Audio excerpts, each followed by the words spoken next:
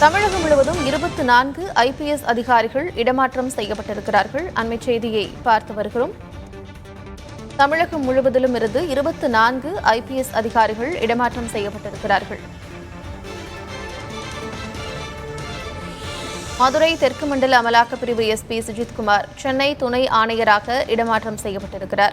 சென்னை மத்திய குற்றப்பிரிவு துணை ஆணையர் நிஷா நீலகிரி மாவட்ட எஸ்பியாக நியமனம் செய்யப்பட்டிருக்கிறார். திருப்பத்தூர் மாவட்ட எஸ்பி ஆல்பர்ட் ஜான் தூத்துக்குடி மாவட்ட எஸ்பியாக நியமனம் செய்யப்பட்டிருக்கிறார்.